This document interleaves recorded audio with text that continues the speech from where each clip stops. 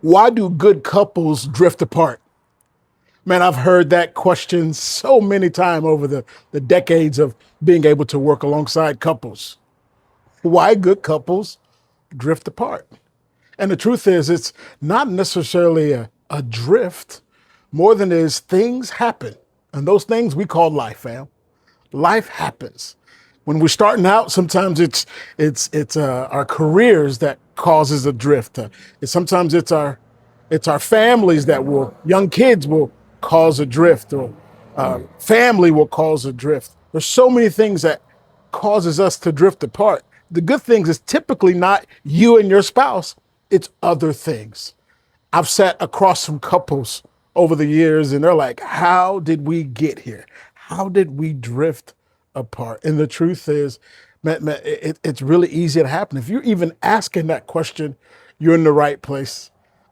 And typically marriages don't drift apart because of some catastrophic event. It is hundreds of moments throughout the relationship that we had an opportunity to have a conversation and we didn't. And all of a sudden we find ourselves in this spot where we've drifted apart.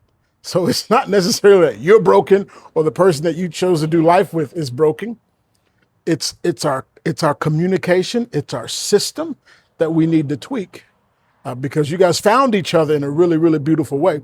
How do we make sure we keep that connection moving forward? Hope and I, my wife, and we've been married for over 23 years now. And when we first got together, we had all kinds of time. I remember back in the day when we wanted to go to Walmart, it was just a, hey, let's hop in the car and let's go to Wally World. It was no car seats. It was no meetings I had to adjust. It was just simply we could go. 23 years down the road with three teenage daughters that are moving a different direction, and businesses and careers and leadership roles that we both have, it's not that easy. And that's where drift comes with all the different things. And all the different things in our lives are good things. They're not bad. But if we're not intentional within our relationship, we will drift apart. I love living here in Florida. We have some friends that have boats. I love getting out on the water. And one of the things I love is that when your boat is anchored, no matter what kind of storms are coming, you feel pretty good about not losing your boat. But if that boat was not anchored, that thing's going to drift and you may not ever find that boat again. And it's the same principle in our marriage when we anchor our relationships, when we anchor and being intentional about staying connected, being intentional about having healthy conversations, being intentional about talking about whatever elephant is in your room that you need to talk about. That's being grounded. That's anchoring your relationship. Because let me tell you, storms will come. There is no such thing as certainty. There's no such thing as no problems. The old saying, more money and more problems. Not always true, but we don't come out of this world with no problems. Matter of fact, problems is an opportunity to grow, but that's going to happen in our relationships. So if you're anchored in your relationship, in your communication with one another, what's happening, and being really honest, when storms do come, when a job loss happens, when a health scare pops up, when your teenagers kind of do things that was outside of what you thought they should do, when family members are starting to age, when parents are getting older, when life is happening, if you're anchored, man, your marriage will stay intact as well, and you will distance that drift. But if you're not anchored, you're going to be like that boat. When the storms come, that thing's going to go all over the place. You won't be able to find it. So make sure you stay anchored. And this week, I want to offer you a challenge. Everybody say challenge. Man, take your spouse out this week. Be intentional about dating. You were when you got together. Never lose that sight. I've always said over 23 years, if I don't date Hope, somebody else will. And I truly believe that. But stay connected. Get out on a date this week. It doesn't have to be something crazy. It could be a cup of coffee and taking a walk.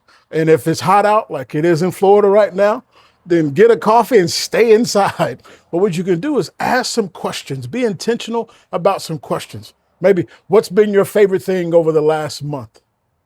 Maybe it's what are some things I can do to help serve you in this season of your life? What are some things I could take off your plate? Because sometimes we just assume that our spouse can do it because maybe your spouse is a rock star like you are. And they look at us as that we all got it. But if you just take a moment and say, hey, on a scale 1 to 10, How is life going for you right now? Because sometimes if we just say, how you doing? They say, I'm good, just like you would. But when I stop and say, Hope, on a scale of 1 to 10, how is life? And if she says, oh, it's about a 3, then right there is my cue. I need to tighten up a little bit.